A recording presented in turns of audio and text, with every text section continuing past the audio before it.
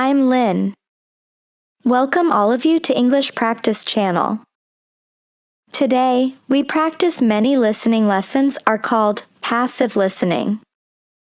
Passive listening is how we get used to the native speaker's accent without focusing too much on the meaning of each word. It'll like the way we enjoy an English song with a clear melody. If we practice listening again and again, we will feel the sound and pronunciation. Now, we start our lesson.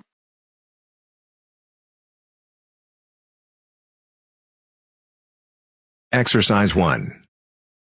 Hello, are you Professor Van Diesen? Yes, I am. And who might you be? Oh, sorry, my name is Tina. I'm a freshman here. They told me I should ask you for advice in choosing courses. Well, that's part of what I'm here for. Please come in and sit down. Now, what are your questions? I almost don't know. Everything is so confusing. Like, what is a specialized course? Oh, easy. A specialized course is one that is compulsory, meaning it's a requirement for your major and regular, so you can't place out by taking a proficiency exam. That sounds pretty strict. Then what are all these general courses? I seem to have to take so many. Nothing to be alarmed over. These are courses open to all students and not directly related to your major. The university offers these general courses to choose so that you can become more well-rounded individuals. For example, I see you're a microbiology major, so it might be a good idea to take some literature or history courses so that you can know something besides all science. You mean these courses are like for fun? That might be one way to look at it, but don't tell the literature professor such a thing. Think of a general course as the opposite of a specified course. A specified course is one that pertains directly to your major. So, can I take any microbiology course I want? Let's see. Oh, those courses used to be open to microbiology students only. The good thing is now it's open to students on a flexible schedule, so it's not only for full-time students. So the answer is yes, if you have the instructor's permission. May I ask you why you chose microbiology? Well, I also like plain old biology too. You know, full-size animals. I might even become a veterinarian. Could I take some biology classes? Well, they are open to full-time students only, which I believe is what you are. I don't know how a freshman would get along with microbiology, though. I mean, most of the students presently looking into it are from off-campus. Off-campus? Yes, you know, people who use it in their work at hospitals, laboratories, even a police detective. Why did you choose microbiology, if I may ask? I don't think you quite answered that. Well, eventually I want to be a doctor. At least my dad tells me so. If I may say so, young lady, you seem a little uncertain. Still, I think that might be a good idea for a career. Of course, if you're thinking about being either a doctor or a vet, you should take some medical science classes before you even think of applying to med school. Great! What should I take? There is one small problem. The new medical sciences building is under construction, so there are no experimental facilities available until next year. I'm afraid you'll have to wait. But don't forget to take those courses at the first opportunity. Oh, bummer. Is there any other course you'd recommend for someone like me? Well, since you seem to like animals, have you ever thought about looking into environmental science? No, I never really thought about it before. Is it worthwhile? Quite. In fact, it's the fastest growing subject on this campus. I'm sorry, I couldn't help noticing the long list of classes you've written out there. May I have a look? Oh, sure. Medical science, statistics, laboratory techniques, medicine, mathematics, computing. My, a bit of everything here. Is it too much? For your first semester, yes. What I suggest is starting out by taking the compulsory courses. Like we said before, the medical science can wait. Consider taking that in your sophomore year. I think I'd put off computing, too. I recommend to all freshmen that I talk to get the compulsory mathematics out of the way as early as possible, so take that one. It'll be one less difficult course you have to focus on when the science lab opens next year, and you have to catch up on classes like laboratory techniques. Your major also requires statistics, so you have to balance 2 math classes, and no doubt you should take that. Otherwise, get your required medicine course out of the way by taking something theory-based. Oh, of course, and your environmental science class, if you're interested. The others can wait, though I think computing is definitely a good idea, even though it's not required. I see, too, on your paper there, you seem to have had high marks on the entrance exam. Yeah, I guess so. Don't be shy. Have you thought about applying for a scholarship? Do they have any? I mean, my dad is always complaining about how much money it costs him. In your department, there are actually 3 full scholarships available. They cover tuition and provide $1,500 cash. $1,500 cash? Party! Please, miss, the money is intended more as a textbook allowance, not party money. If you promise to behave, I'll show you how to apply. Great, and thanks. Exercise 2. We've been talking about choosing building materials in the last week. Now, a great many factors influence the choice of building materials. You can't make a house of cards, right? And people who live in glass houses and all that. Anyhow, today I'd like to say a few words about flooring. Some artificial materials can be used, like plastic for instance, which offer mixed blessings when used as a flooring surface. On the one hand, plastic is cheaper than nearly any other alternative, short of bare ground. Plastic also does not warp like wood. On the other hand, the best that can be said about plastic is that it looks like wood or stone. However, it cannot replace the real materials. As I have mentioned, I'm fixing up a new house. The decorator my wife hired told me plastic does a great job of looking exactly like plastic. Besides, it scratches easily, fades or discolors, and starts cracking within a year or 2. So if you're fitting out a sleazy hotel or plan to live in a trailer park, go with the plastic. Really though, for all intents and purposes, this leaves us with wood or stone as choices for flooring. Stone and wood are alike in at least one respect. Both go through processing before they can be put to use. Since few of us cut our own lumber or quarry our own stone, this is not perhaps a pressing concern. Still, do-it-yourselfers would do well to remember to buy only properly seasoned wood. Unseasoned wood warps, and a warped floor quickly becomes firewood, and its owner quickly becomes poorer. Likewise, except for dull-hued materials like slate or sandstone, most stone floors are polished before installation. The choice goes well beyond just wood or stone. Each type requires many further considerations. A few special remarks are called for when considering wood. For example, as always, aesthetics, personal taste, and layout all play roles, as well as the type of house or room. Oh, and certainly don't forget the cost. When it comes to cost, a rule of thumb is that the softer and less exotic the wood, the lower the cost. In the US, for instance, pine is both ubiquitous and cheap. Mahogany is imported and exorbitantly expensive. If you're on any kind of budget when remodeling, it's really helpful to remember to go for the softer woods. Aside from cost, there are still lots of different factors that are important in choosing the best flooring for the job. Continuing with the example of wood, one must consider the effects of each type of wood on the mood of the room.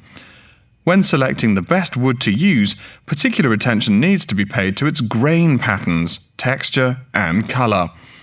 In rooms where relaxation or deep thought is the aim, say bedrooms or the study, dark, strong-grained woods are the rule.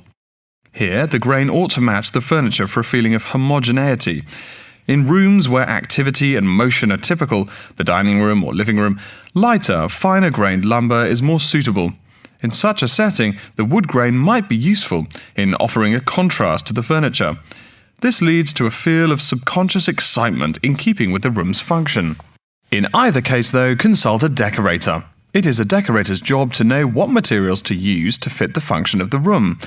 Though some things about putting together a room are subjective and based on one's individual taste, materials appropriate to a room's function are much more straightforward. A decorator takes the needs of the customer and uses a mathematical formula rather than subjective words. Since feelings vary from person to person, verbal descriptions of wood types tend to be ambiguous. You want the wood you select, not something approximate. And if you do decide to do it yourself, remember that all wood must be treated with preservatives to enhance its appearance and preserve its natural beauty. In the case of stone, or quarry tile, as flat-cut flooring stone is properly called, a new set of considerations must be weighed up. Simple colour aside, the degree of reflection must be kept in mind. This is called the reflectance rate, which is expressed in a number between 0.0 and 1.0, depending on the amount of light it reflects.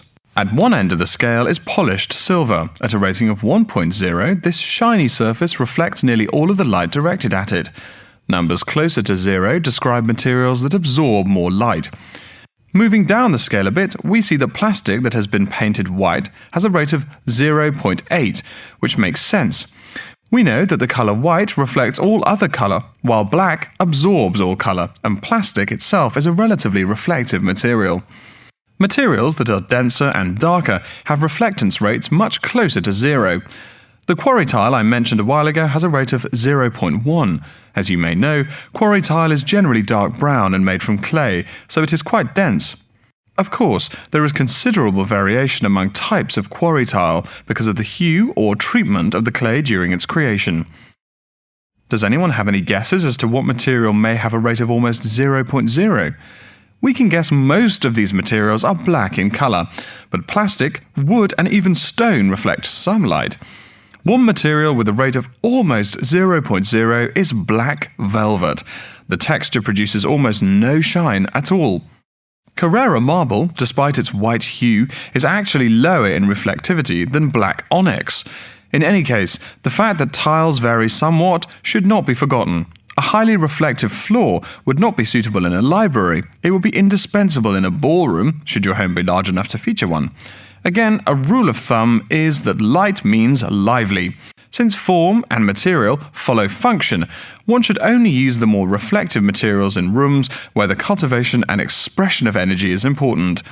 Bear in mind, too, that most types of stone cost more than all but the rarest of wood. Of course, there is no reason why some rooms of a house should not feature wood floors or other stone tiles. You can even mix the two. A room with wood panels on the walls can have a beautiful stone floor. My bedroom has white birch walls and a light blue slate floor. The place looks like a Russian hunting lodge. Remember though, go with what feels right for you. Good taste and the laws of interior design are the homeowner's servants, not his master. It's only beautiful when you decide it is. I mean, you're the one who lives there, not the decorator, right? Okay, are there any questions?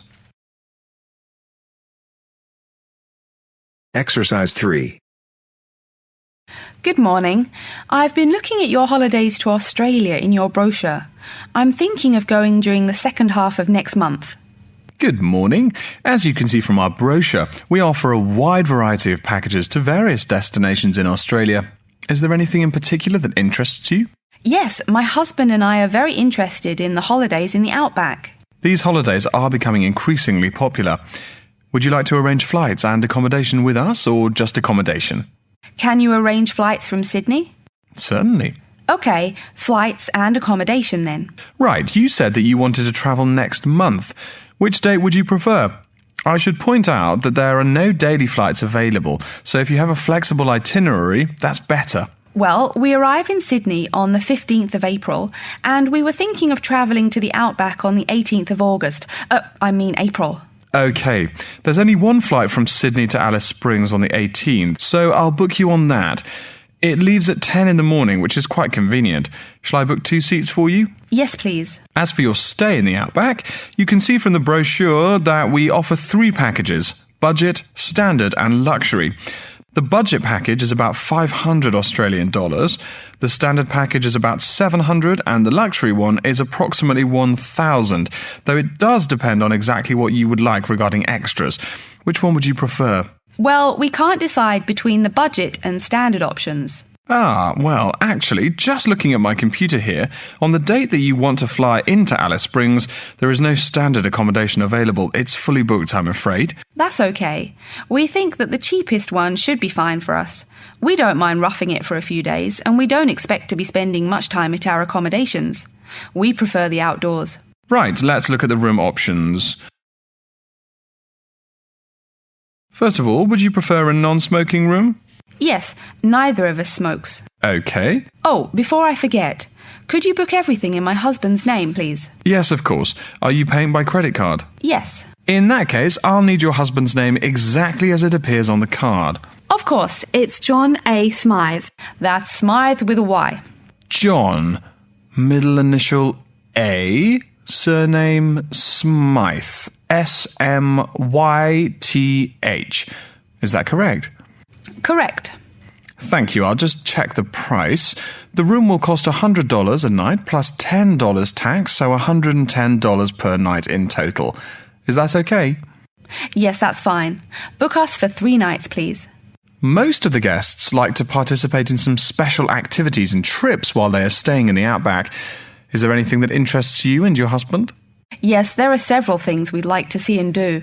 We'd definitely like to visit the cultural centre. Yes, that's very popular. It's within walking distance of the accommodation and it's free. It's also a great place to pick up souvenirs of your trip. We were thinking about visiting one of the nearby farms. There are 2 farms nearby, a sheep farm and a kangaroo farm. There is also an opportunity to ride camels in the desert. Have you ridden a camel before? No, but it sounds like fun. Could you give me some more details about the kangaroo farm and the camel ride? Certainly. The kangaroo farm includes information on how the animals are raised, whilst the camel ride provides information on desert flora and fauna. Which would you prefer? You can arrange to see the kangaroos in the wild if you like, rather than on a farm. That sounds perfect.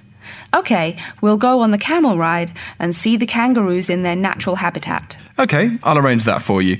I forgot to mention that the journey also includes a stop at a place of Aboriginal artwork. It's a place well known for its stone carvings of animals and mythical creatures. That sounds great. Are the carvings in the desert? Yes. Wonderful. Well, that's perfect then. I'm sure you'll have a lovely trip, but remember that you need to take care in the sun. Yes, we're really looking forward to our trip. We really want to try to experience the dream time under the stars. Of course. That's what a trip to the outback is really all about. Yes. Now, how about the cost? Exercise 4. Continuing our broadcast of public service announcements, Worldwide Helpers announces upcoming vacancies for a number of volunteer worker positions. All applicants must meet the following requirements. First of all, applicants must be over 18 years of age. The company apologises, but there can be no exceptions to this rule. Second, persons interested in these positions may not have police records. Minor traffic offences like a parking ticket are, of course, no problem. But, and I quote, past and present drug users and sex offenders need not apply. The employer will, of course, check with the police to verify your clean record. In addition, applicants must supply references from past or present employers or teachers along with their recent CV. These references must testify as to the applicant's work habits and/or character. Remember, these are references from employers or teachers. A note from your dear old mum won't do. Worldwide Helpers assures me that they will contact these references to confirm they are genuine. Although all positions are volunteer, the employer will reimburse some of your expenses. For example, they will pay for transportation to and from the job site. Aside from that, the cost of phone calls is covered. As for the positions themselves, there are 3 types. The first involves assisting persons confined to wheelchairs. For this position, volunteers must be physically fit and in excellent health. They must be able to lift at least 150 pounds. They should also have a current first aid certificate from the Red Cross. But the most important requirement is that the volunteer must have his own car. On Tuesday afternoons, the volunteers take their clients to various scenic spots around the city to experience and enjoy nature. If you don't drive, but you'd still like to get involved, the centre has a number of openings for people to read to the blind. Readers must, of course, read English clearly. Persons with no foreign accent are preferred. For these positions, you must be available on Monday mornings. Oh, wait, I see a note here. There is one opening for someone who can read Urdu. Apparently, there is a Pakistani blind person who'd like to hear his or her native language, but the other positions are all in English. And finally, there are a limited number of volunteers needed to care for disabled children. I'm sorry, but the information I've been given does not say how many children or what disabilities they have. In any case, you are needed to care for the children for 1 week in August. Apparently, this will be at the close of the summer holiday. I would guess this involves helping them with the routine chores of daily life. Again, volunteers for this position must know basic first aid, be in good health, and be able to lift up to 75 pounds. All applications for this position have to be submitted no later than Monday, August 8th. Applications may be made either by regular postal service, the snail mail, or by email. The mailing address is Worldwide Helpers, Post Office Box 651, East Surrey, BY8 99C.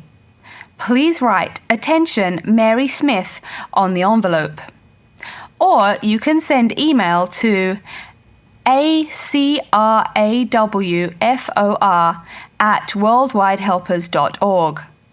That's acrawfor@worldwidehelpers.org. So get out there and do something good. Okay. Our next announcement is looking for someone to facilitate tiger breeding at the London Zoo. And get this, it's a strictly volunteer position. That means you don't get paid. Oh my God. I'm sorry, ladies and gentlemen, but I just have to laugh. Exercise 5. Are you just leaving the library now? I saw you get there at 8 a.m. Yeah, I've been there all day. What for? They hire a cute new librarian or something? I wish. No, it's the presentation that I will give in environmental science the day after tomorrow. What's it about? I heard you were really excited about the class. And Dr. Schnee also calls you for the arcane questions, as he calls them. It's about environmental damage in the Yucatan. Excuse me, what? Or is that where? The Yucatan. It's a state in southeast Mexico. So what's happening there? Agriculture is having a really adverse impact on the environment. There are too many farmers doing too much farming. It's really destroying the forests and ruining the soil. Deforestation is a major problem there now. How did you learn about this? I don't recall Dr. Schnee saying anything about it in lecture. Yes, but my brother went there last month. You know, to look at the old cities like the Maya Indians built. That's what first got me interested. Your brother Tom? No, Dick, Harry's twin. Anyway, he told me how few trees there were now, and how much empty ground that grows almost nothing. He said the place looked more like the desert than jungle in some parts. It brought environmental damage, so I started looking for materials in the library. Here, look at this magazine. What's in it? It's an old issue of National Geographic. It includes interviews with tourists who have been there in the past few years. It's pretty bad. See the photos? I see the photos, but 1 or 2 photos don't prove anything. Then read what the article says. Right there. The first thing it points out is how soil samples show it's hard for anything to grow there. It says how an area of 21,000 square kilometers has lost most of its forest in the past 10 years. See, there are graphs. As the number of farmers increases, the acres of forest have decreased. It's an inverse relation. So, how big is that state? I'm sorry, but I've never really learned the metric system. It's bigger than the state of Massachusetts. That's shocking. Anything else? There's lots of else. Scientists say there's a growing area of about 10.5 square kilometers where nothing can grow at all. It's like the beginning of a desert. Oh, yes. What Dr. Schnee called desertification. But why can't anything grow there? I've never really studied soil chemistry. I'm just starting to look into that subject, but my sister Marie is a geologist, and she says the problem is that the soil has too much saline, with no plants helping to adjust the chemistry. Apparently, that's a common problem with soil types throughout the areas with rainforest. Once you lose the plant cover, it's difficult to bring it back. Reforestation is almost impossible, even if the land is not being used for other purposes. Wait a minute. What is saline? Saline is salt dissolved in water. Scientists who have gone there have taken measurements. They do this by gathering a sample of the soil and running a simple test that shows the ionization of the solution. The geology department in our own university has reviewed the soil at the site too. They're right. It looks pretty bad. The level of salinity is going up, but the plants that would solve that problem can't be planted in soil like that. There is a narrow spectrum of salinity in which the plants will grow. And once you pass the threshold, there is no way to put the problem right? Exactly. It's possible that no one can do anything to stop the trend now. And all because of human greed. Wait a second. How do you know these scientists can be trusted? What kind of reputation do they have? Are they reliable? Oh, they're definitely reliable. They include 4 members of the faculty from the geology department right here at MIT.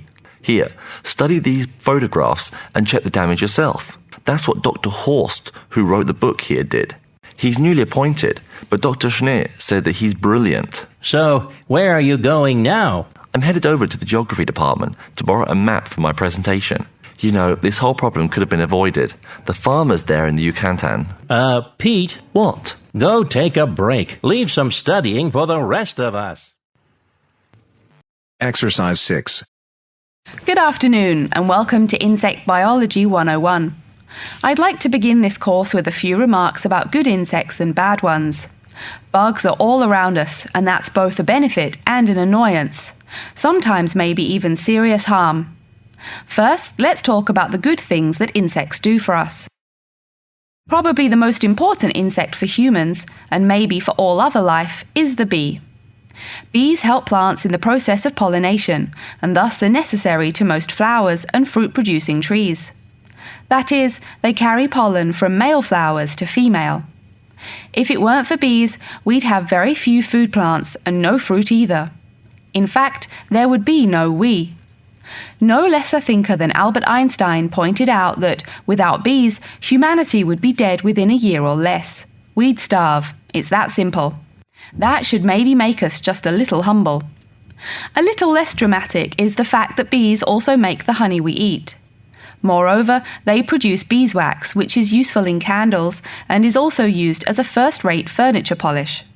Sure, these may not be vital to our lives, but they can serve as reminders of how important bees are. That's a point I keep coming back to in this course. Though, in all fairness, I should point out that butterflies aid in pollination as well as bees. Now, here in Michigan, what's the worst part of summer? Yep, that's right, mosquitoes. But I'm talking about helpful insects, right? So let's look at the dragonfly first. If there were no dragonflies, there would be even more mosquitoes. Dragonflies mainly eat mosquitoes and also a few other insects. Yes, that's right. They don't just fly around, and they also help to eliminate harmful insects. So the next time you see a dragonfly, don't you dare kill it. Now, let's talk a little about those harmful insects. Take the mosquitoes I just mentioned as an example.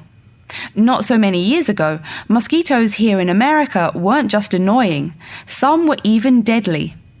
They carried malaria and yellow fever. My own ancestor, the Confederate General John Bell Hood, lived through the worst battles of Civil War, only to die at age 38 from yellow fever.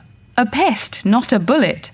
Well, besides the mosquitoes, in summer there is also a kind of insect that never seems tired. Right, that is the fly.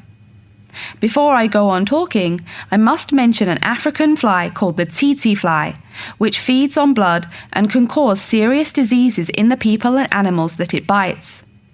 Besides, it is still a bearer of sleeping sickness, which affects around 300,000 people every year in Africa, and can be treated only with toxic drugs that are hard to administer. Worse still, the drugs sometimes don't work. Other insects, of course, destroy food crops. In China, for instance, locusts continue to be a danger to the harvest in some areas. Less important, but still annoying, moths eat people's clothes and dust mites slowly destroy carpets. Worse, but still in the home, termites or white ants eat wood, the wood of your house. If they are not stopped, they can eventually destroy the whole building. Usually they seriously damage a building before anyone even notices them. So, as we all know, insects can be a real trouble. So, what to do? You can go ahead and start killing harmful insects. In the early decades after the Communist Revolution in China, Chairman Mao encouraged the people to swat every fly they could see. Slogans on the walls of buildings called them little capitalists. But flies reproduce too quickly for this to be a long-term solution. For some decades in the West, to kill insects with chemicals seemed a good remedy. Unfortunately, chemicals can only be used in a limited area for a limited time. It's a small-scale solution. The insects come back. Worse still, some of the poisons used, like DDT, were found harmful to the environment. Many kinds of wildlife, like hawks, were harmed. And people in chemical-using rural areas have one of the highest rates of liver cancer in the world. It's no secret that chemicals remain harmful to humans. Like all species, insects adapt to their changing environments at an amazing rate. When a new chemical is introduced to their habitat, the insects that survive are generally the ones with some way of resisting the harmful effects. They then breed with the other survivors, and just like that, insects become resistant to most poison in a few generations. An insect generation, remember, is a couple of months at most. So again, we have to ask, what to do? Well, there are biological solutions. Some of these are pretty simple. One is destroying the insect's habitat. You take away their home or food. Cleaning your kitchen is the best way to prevent roaches. No garbage, no food. Getting rid of marshes and swamps eliminates mosquitoes. Other solutions might include bringing in dragonflies or bats in areas where mosquitoes are many. This is a cheaper alternative to chemicals. Biological methods like this also bring no extra pollution to the environment. But you have to be careful. If you change the environment too much, you might be hurting other forms of life accidentally. One recent method of controlling insect populations involves interrupting their breeding cycle. What does that mean? It means birth control for bugs. Insects are provided with food that makes them unable to reproduce. Since they can't have babies, the population disappears, or nearly so. And since no young are born, resistance is not a problem, with no young insects developing increased resistance. Interrupt the life cycle, eliminate the bug. It's clear that we must have an understanding of the life cycle of the insect. At least, that's the plan. We'll go into more detail as the course goes along. Now, I will stop here to see whether you have any questions or not. Exercise 7. Hello and welcome to Under Pressure Enterprises Customer Service Department. This is Kelly. How may I help you? Yes, I'm calling about one of your rice cookers I just purchased. What seems to be the problem, sir? Seems? There's no seeming about it. The blasted thing shoots hot steam all over the place, that's what. It nearly scalded my hand when I went to open it. Why, it could have killed the cat or something. It could have exploded and killed my wife and me. Sir, please calm down. As long as the steam escapes the cooker, it won't explode. So you're telling me there's no problem? Are you calling me a liar? Sir, no one is calling you a liar. Yes, so I demand a full refund. Under Pressure will be happy to refund your money, sir. Now, I just need some basic information. Okay. Sorry, I do tend to get a little hot under the collar. My wife tells me to slow down. So, what do you need to know? Sir, don't worry. I just need to ask you the model number of the cooker. Where are my glasses? Ah, here. Let's see. It's R242. R242. Okay. And how much did you pay for the product? £89.99. It was on sale, I guess I should tell you. Thank you, that's honest of you. Now, where did you buy the cooker? Which store and which branch? At that big Electric Life appliance store downtown. The city centre branch? That's the one. And you say the problem is that the steam escapes? Yes, it does. No problem, sir. If there's steam escaping, clearly the cooker is broken or defective. So we have an R242 cooker with an escaping steam problem. It was bought from Electric Life City Centre branch for $89.99. Is that correct? Yes, that is correct. Oh, I nearly forgot. When did you buy the cooker? Just as soon as my wife got the crazy idea she'll live longer if she stops eating good English food, roast beef and mash. No, all she says she wants is rice and vegetables and sauces you'd not soak your feet in. Sir, when did you buy it? Oh, there I go again. Let's see. We bought it just 6 months ago. We hardly use it either. But 6 months? Is that too long? I mean, for the warranty? Very well. That's well within the warranty period. Now, what's your name and address? Name and address? What for? Sir, it is company policy. If you want your money, you must inform me. Money, you say? Oh, my name is Herbert Hewitt, and my address is 84 Park Road. Is that here in Coventry? Yes, the postal code is B0241DJ. But I don't think sending things in the mail is very secure or very efficient.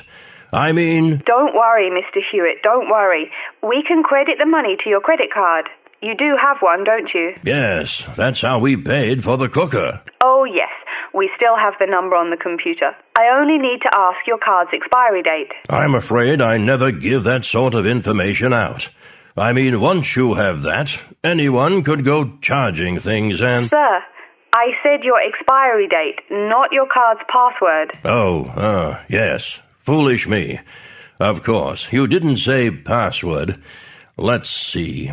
That will be April 2008. April 2008. Very well. Your card still has nearly 2 months left to go. We'll get that refund right to you, probably by 5 o'clock this evening. You had better. If I don't get my money... Wait. Yes, I know I'm losing my temper again. I really am sorry.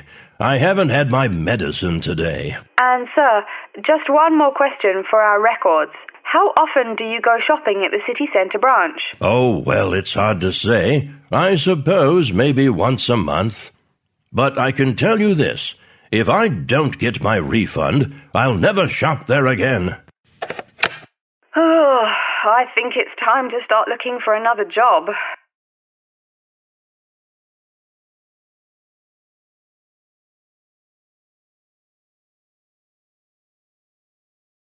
Thank you to practice with me.